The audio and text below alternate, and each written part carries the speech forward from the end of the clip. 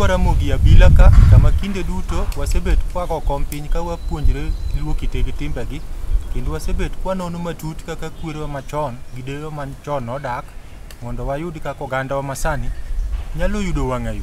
Nikech wayudo ka en adiera ni piny Ramogi Ajwang' koro orochre marach kendo wayudo ka yo lal ni Nyikwara mogi mathoth. Koro mamomiyo kwako kom piny ka to watemo nono matut kaka kwerewa nodak mondo wayud wang'ayo nyithindwa gi tieng' mabiro odag e ngima makare.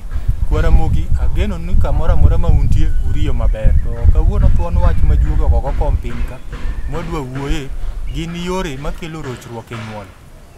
Yore makelo rochruok e nyuol maling' mawuok e gwenge kod jowa mohero abila wayudo ka ni nitie gimoro ma osiek piny Ramogi Ajwang' ka miluongo ni teko mar dichuo. Wayudo ka sani chuo mathoth teko margi mar nyuol odok piny.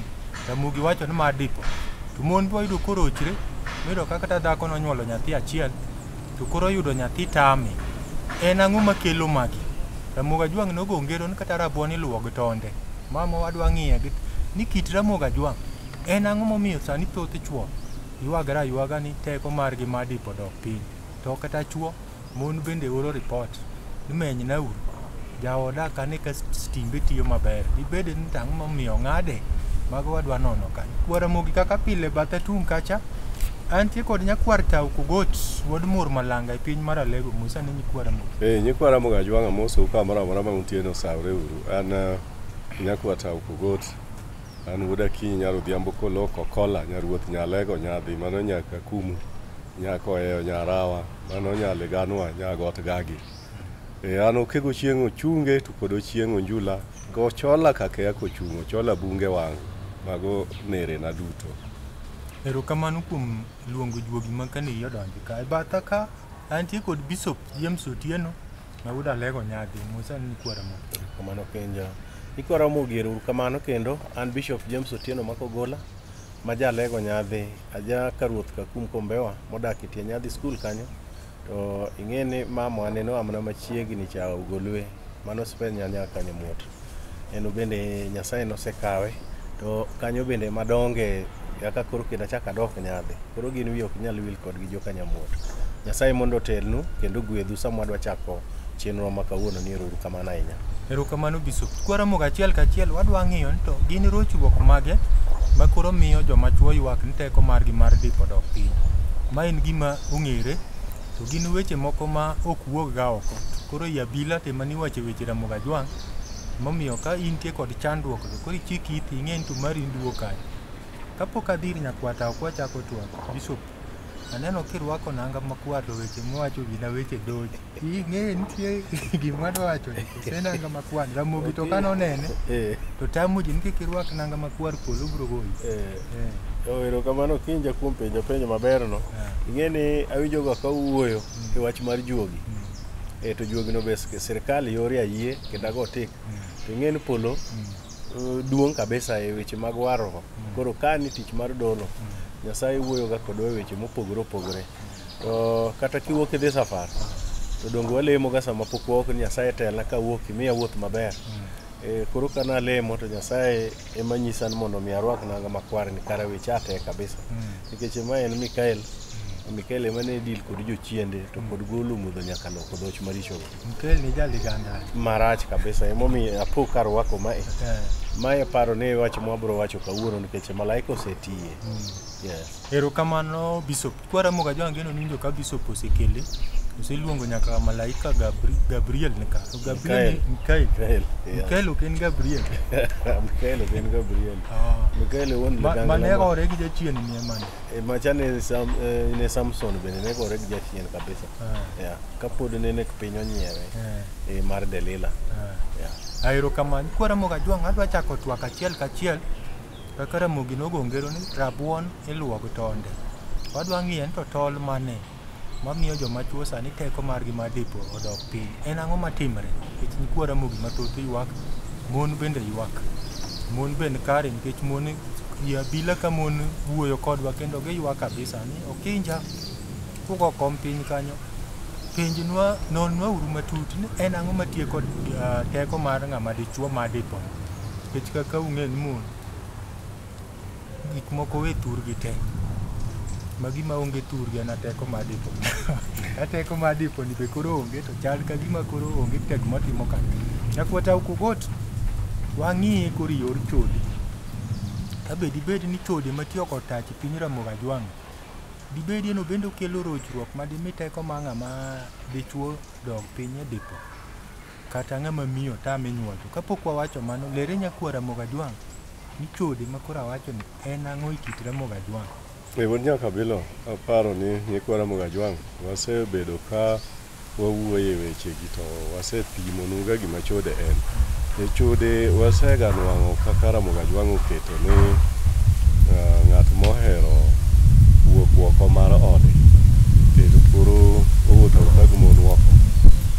To ng'at modhi mokawo dhako moro gokelo dala en kata okelo mana mon auchiel manie dala te modhi thuchegi monyuomo dhok, mano to ok jachode.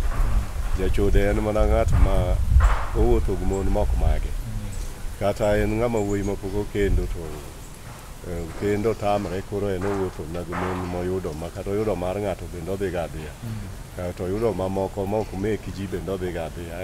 En koro iwacho iluonge ni koth go gima onwang'o oko. Mano ng'ama koro odonjo weche mag chode. Mano e kaka chode en. To ng'at ma sero nyako ma okaw nyako mokel nyaka dala ma okete koro mano dhako, nyuome maber en dhako, mano ok jachode. To koro nyikwa Ramogi Ajwang' osewinjo kilera ahinya gima jachode en, kendo amor ahinya kech juogi Ramogi nohero wuoyi ngeche. Awinjo kuwacho ni jachode ni yo ma diluonge go en koth go gima oyudo oko. Koro koth go gima oyudo oko ni ere kaka teko mare ma dipo gi mon ma oko nyalo dok piny matiek teko mare ma dipo.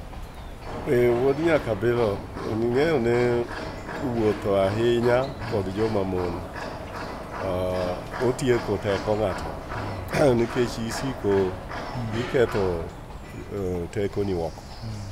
And kendo inwang'o ni jok miwuotho go oko gi moko nitiere ma ok ing'eyo wuodhegi kaka osebet. Gin jok ma jomoko tieko go kweche ma opogore machando dhano e piny ka. Ng'ato nego masiche ne momake dalagi to koro dwa ni mondo obi otiek wechego kata chola ma en gogo obi otiek oko. Nitiere ng'at ma masiche moko make ma bende odhi nyaka ajuoga. To ajuoga wachone ni in koro dhi dwar dhako moro oko mondo kisedhi kode to kuro midhi we yambe man nyo chandigo. Koro magi mon ma ka koro in iromo kodgi to in ng'at ma kod dhako, in ng'ama ler ma nugo kod ode, ti be isechako wuotho mag romo gi mon ma oko. To yambe manyocha ji otimo kodgi go, sama idhi kode ti bende koro idonji yambe to ibiro yudo kaka mago duto koro dhi duoko teko ni piny.